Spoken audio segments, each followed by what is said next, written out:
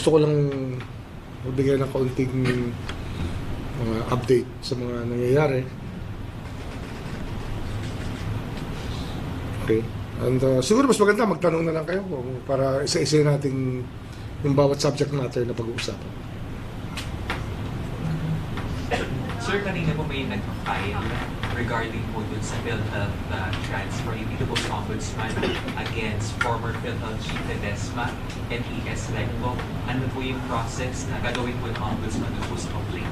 Evaluation muna. Of course, it has to undergo evaluation. It was filed this morning, and we will just look at the allegations to see if they're actionable, and of course, if it merits, find it to be properly done, and the legal basis to be solid, then we will proceed. But we have to evaluate everything first. Kailangan pag-aralan muna. Sir, follow-up lang po, no? Ano po kaya yung implication nun? Kasi may sinabi na yung Korte Suprema na wala namang criminal liability kay... Exactly. Kaya nga kasama yan sa evaluation. You have to look at the totality of the picture para malaman natin kung saan natin dadalhin yung kaso. Kung ano ang pwedeng gawin, kung ito ay mag-merit ng criminal liability o kaya meron pang ibang liability na pwede mag-attach. So kailangan pag-aralan at evaluate lang. Okay, sige. Thank you po. Yung alleged franchise violations po ni Kong Leandro Leviste po, kasi napag-usapan niyo po over the weekend na may ongoing po regarding this. May confirmation po ba ng sale ng controlling interest? Hindi, ganito yan, no? I will not be technical about it, but I can be a little legal about it. There's a principle in law that we say, what you cannot do directly, you cannot do indirectly. What you cannot do directly, you cannot do indirectly. So, dyan nagmumula ang mga premise natin.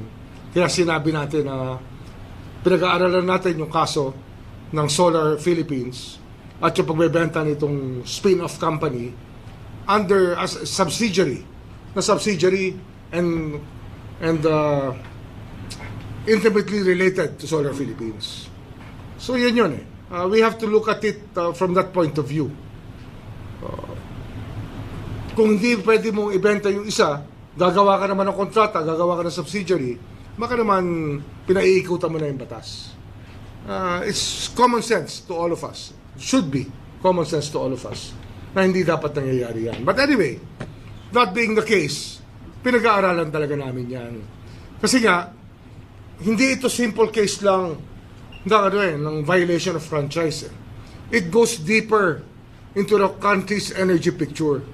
Kasi kung ganyan ang mangyayari sa atin, merong kukuha ng ganyang franchise, exclusive at that, because of the actuations of this company, which later on turned out to be very questionable. Siyempre, you have to examine the milieu. Tingnan mo yung nangyayari. Kasi nga, yung energy mix ng bansa, mahalaga yan eh. Dapat dyan, seryoso tayo dyan. Hindi ito laro lang. Makakala na ibang tao, laro lang to. This is very important to the country.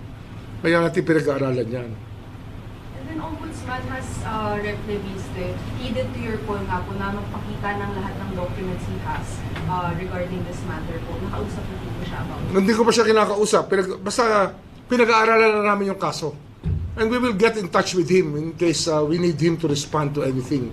In case we find that there's really ground for us to start asking questions from him, saan doon na lang kami mag-usap, officially na lang. Kasi wala na tayong mapapala dyan. Natawid na natin yung lugar na yan, tinawid na natin yung tulay eh. Papunta na sa pag-iimbestiga nga.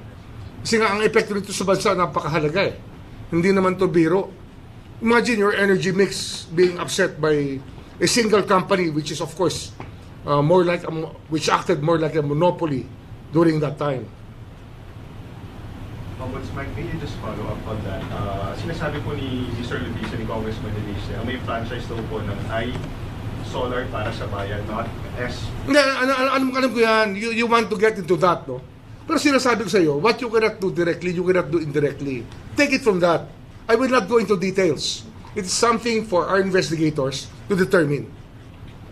Sir, sinabi rin siya na hindi dapat siya yung at fault dun sa, hindi kasi may non-delivery sir dun sa promise ng Solar Philippines.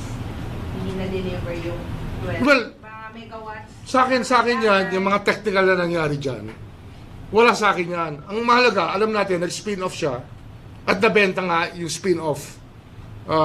Na hindi, sabi ko nga, hindi pwedeng gawin directly, hindi mo pwedeng gawin indirectly. Again. Di ba? Kung nag-spin off ka ng kumpanya, meron kayong kontrata, yung kumpanya mo, tsaka yung spin off mo, tinali mo na yung kontrata. Siyempre, magkaka-value yung spin off mo. Ano tawag doon? Pero sir, pwede ba siyang magkaroon ng separate liability? Hindi, yung nga, fina-fine na nga siya ng DOE, di ba? Opo, Oh, may fine na nga yung DOE. non-delivery. Oo, siyempre, oo. Ano yan eh? All of these contracts are all vetted by the DOE and approved by them. It goes into the energy mix of the Philippines. It goes into the projection of our country's energy needs. Eh pag niloko-loko mo lang yan, pag hindi mo inayos, eh paano tayo? So dalawa po sir, one for the non-delivery and of the promised solar energy. And secondly, yung pagbenta. Would that be right? So dalawa yung pwede. Oo, kasi nga, monopoly nga yan eh. Monopoly na, virtual monopoly yan. Ang daming pinahirapan yan nung panahon na nandyan yan. Yung mga nagtatayo na solar noon, ayaw bigyan ng feed-in tariff. Kasi nga, monopoly nga yan eh. Nagkalintik-lintik tayo dyan.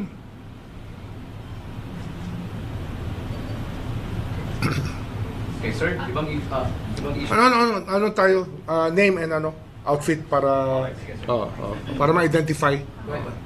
Marami pa mangyayari. This week is very, very important. Kasi, actually, sa Sabado, 100 days na. From the time that I was appointed here. Sabado, no? So, many things are happening now. Sabay-sabay nga this week eh. Yung sa Bongero case, di ba? Na-file na, may warrant of arrest na. Ayan, 43 months in the making yan. Tandaan nyo, ang proseso ng batas, hindi overnight yan. Talagang tinatsagayan araw-araw. Talagang, pagkait wala ka ng panghawakan, basta yung will mo nandyan, dapat ituloy mo na ituloy yung investigasyon at pagpupursige ng kaso. Nung dumating kami, nung June 30, dating ng July 1, pumasok na ako sa opisina, yan ang unang gumulat sa akin na kaso, sumambulat kagad yan. Anong gagawin sa missing sa Bongero case? So nangangapa kami dyan. Napakahirap dyan, simula namin dyan. So, tinaga namin yan. Imagine, at that time, wala kang makuha sa pulis na kahit anong bagay na tulong. Kasi may transition pa eh, di ba? Wala kang makuha ng tulong. Bakit? Nakita nyo ngayon, yung warrant of arrest. Sino ngayon ang nakakulong? Ano ang mga trabaho niyan? Puro pulis yan, di ba? Talaga mahirap pa pinagdaanan namin dyan. So, ang lesson natin dito, para itong flood control, para itong mga corruption dito, cases, dapat araw-araw lang trabahuhin mo. Don't give up on anything. That's the lesson that we learned here. Magkakabunga yan pagka tsinaga mo talaga. So, 43 months in the making, finally, may warrant of arrest na sila. Diba? Iyon ang sinasabi natin na proseso ng batas. Minsan mabagal yan, pero pag talagang porsigido ka at talagang aaraw-arawin mo, makukuha mo rin yan. So that's what we're talking about when it comes to due process. Due process is important because you have to protect the rights of people. Constitutional rights yan.